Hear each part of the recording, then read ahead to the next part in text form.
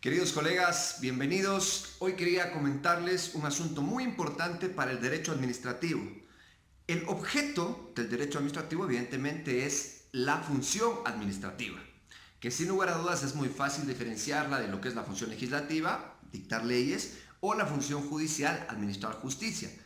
Pero no es tan fácil diferenciarla de aquella a la que llamamos la función de gobierno. Entonces, justamente es de lo que vamos a hablar en este video. Son aquellos actos en los cuales no se puede ejercer el control, la jurisdicción contencioso-administrativa, y algún sector de la doctrina señala que inclusive son actos que no están sujetos al principio de legalidad.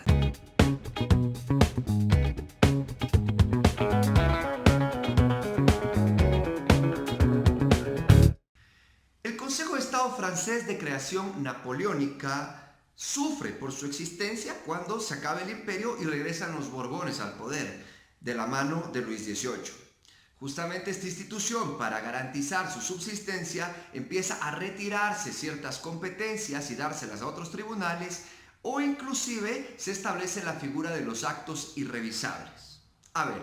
desde el comienzo se decía que para los jueces era muy difícil establecer un control de los actos de la administración pública, porque partimos de la idea de Montesquieu de que evidentemente los jueces nada más son la boca de la ley, es decir, solamente están para aplicar o repetir lo que la ley expresamente decía, versus una administración pública que no podía detener su marcha y por lo tanto cuando la ley no habilitaba expresamente un campo debía recurrir a ciertas prácticas discrecionales. Es lo que se conoce en la doctrina del derecho administrativo como la teoría de la vinculación negativa del principio de legalidad. Es decir, la ley no solo me habilita, sino que además de habilitarme también puede ser la ley un límite sobre el cual yo puedo actuar si es que algo no se ha regulado expresamente. Para recuperar el control de los actos de poder público, la jurisprudencia viene a crear el recurso por exceso de poder, cuyas causales principales eran la desviación de poder, la violación a la ley o los vicios de forma, por ejemplo. Esto hace que la administración cada vez vaya reduciendo en su número la expedición de actos discrecionales que evidentemente, y como se dijo antes, no estaban sujetos a este control judicial. Sin embargo, el Consejo de Estado francés deja a salvo la categoría de los actos de gobierno, que dice, son aquellos actos dictados con una carga política sobre los cuales el Consejo de Estado no va a poder ejercer el control judicial posterior de toda actividad administrativa, y en este caso pues no podía hacerlo porque era una actividad eminentemente política. En ese sentido gobernó lo que se llama la teoría del móvil político. Tenemos por ejemplo el caso del banquero Laffitte. Al banquero Laffitte, la princesa Paulina, hermana de Napoleón Bonaparte, le había otorgado una renta imperial, una renta vitalicia. Cuando viene el nuevo régimen después del imperio, retira esas rentas y lo que hace Laffitte es acudir ante el Consejo de Estado francés para que se la devuelvan. Sin embargo, el Consejo de Estado francés dice que este es un acto eminentemente político y por lo tanto no puede ejercer el control sobre esa decisión. Hasta este momento, señalo, gobernaba la teoría del móvil político. No es sino al pasar de los años y justamente con el caso emblemático que quiero comentar del príncipe Napoleón Joseph Bonaparte, que justamente él fue nombrado general de división por ahí por el año 1854. Y 20 años más tarde, ya cuando había terminado el imperio, se publica el primer anuario militar, en el cual se omitió el nombre del general Joseph Napoleón Bonaparte. Ante esta omisión, el general acude ante el Consejo de Estado francés y demanda al ministro de Guerra y solicitaba que se anule esta resolución por exceso de poder. El Consejo de Estado francés le niega la petición al general de la división, pues le señala de que evidentemente en la época napoleónica el emperador podía asignar títulos a sus familiares, pero que estos nombramientos no tenían la rigidez de los nombramientos conferidos en virtud de la ley, que eran los que le daban el derecho de estar en el anuario militar.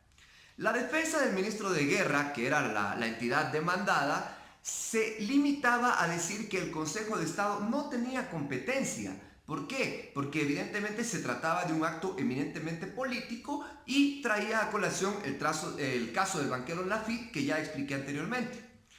El Consejo de Estado francés, si bien no le dio la razón al general de división Bonaparte, sí marcó un antes y un después en el derecho administrativo, porque viene a decir de que no necesariamente un acto que diga tener un fin político lo es, y de que muchas veces la administración pública no ejerce las funciones en virtud de su naturaleza, es decir, en ejercicio de la función administrativa, y por lo tanto es claramente revisable un acto para ver si es que evidentemente es un acto de gobierno o es un acto administrativo. Y con esto lo que logra la doctrina a base de esta jurisprudencia es de que ahora se establezcan parámetros objetivos para determinar cuando estoy frente a un acto administrativo o frente a un acto de gobierno. Y en esto va a ser de mucha ayuda la doctrina. Por ejemplo, Hariu sostiene de que gobernar es atender los grandes asuntos nacionales, mientras que administrar es atender los actos del corriente. Tenemos a Ducrot, que también nos dice de que gobernar es aplicar una norma constitucional de manera directa, sin tener que pasar por la ley. Criterio que también ha sido sostenido por la jurisprudencia ecuatoriana, cuando en una resolución de carácter obligatorio ha señalado que los actos de gobierno son la aplicación directa de disposiciones constitucionales que además deben ser indelegables y de efectos generales. Lo que la doctrina ha tratado de concebir en este sentido es, y algún sector lo dice, de que estos actos prácticamente no estarían sujetos al control de legalidad, porque dicen que lo que sucede es que el órgano administrativo, cuando dicta actos de gobierno, se pone al mismo nivel que el legislador.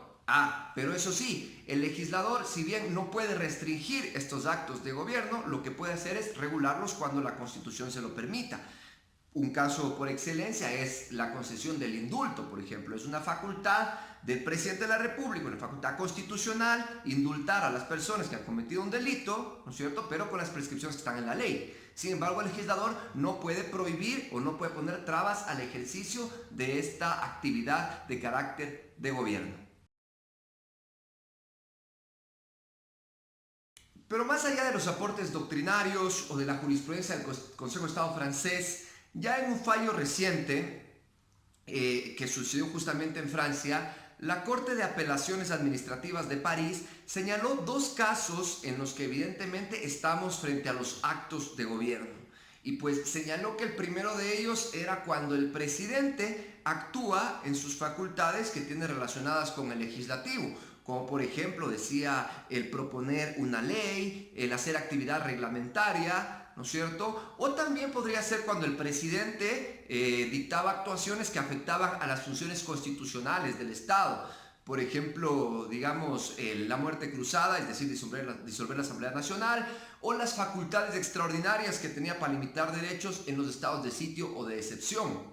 Al respecto del estado de sitio, que si bien es un acto de gobierno, ustedes saben que, aunque estos actos no pueden ser revisados por la jurisdicción contencioso administrativo, ya con el nacimiento de la justicia constitucional, lo que se ha logrado es justamente ejercer un control, porque si dijimos que estos actos de gobierno son aplicación directa de la Constitución, si bien no pueden ser sometidos al control de legalidad, pero sí evidentemente a un control de constitucionalidad que lo hará la Corte o el Tribunal Constitucional, ya depende de cada país. No obstante, lo que llama la atención es de que si bien esta Corte Constitucional puede entrar a revisar, ¿no es cierto?, las potestades que ha ejercido el presidente cuando ha dictado un estado de excepción, un estado de sitio,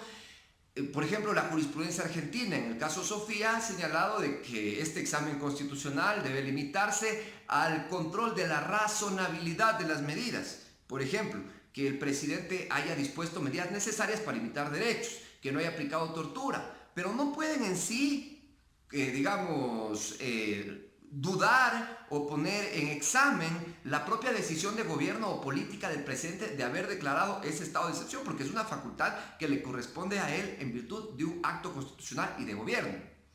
Y la segunda gran categoría que tenemos para decir cuáles son los otros actos de gobierno son las relaciones internacionales. La doctrina y la jurisprudencia han entendido que al ser las relaciones internacionales documentos supralegales, evidentemente no pueden estar sujetos a un control de legalidad. Sin embargo, es curioso que ha dicho la doctrina de que cuando firmamos un tratado internacional, este tratado lo que hace es entrar a formar parte de nuestro derecho interno. Y por lo tanto, el juez de lo contencioso administrativo, si bien no tiene competencia para evaluar la constitucionalidad del tratado internacional, pero sí tiene competencia para evaluar si es que evidentemente ese tratado ingresó de manera correcta y hace parte del ordenamiento jurídico interno de un país. Porque yo, así como puedo declarar que un acto administrativo es contrario a una ley, puedo declarar que es contrario a un tratado internacional, y corresponderá que este juez, previo a declarar si este juez contencioso administrativo, previo a declarar si lo contraviene o no, tendrá que verificar evidentemente si ese acto está debidamente incorporado en el ordenamiento jurídico interno. Finalmente, queridos colegas, la realidad o la utilidad de que existan estos actos de gobierno es nada más establecer que la función judicial no intervenga en las relaciones del Ejecutivo con el Legislativo o con otras funciones constitucionales, y tampoco intervenga en las relaciones internacionales. Muchas gracias.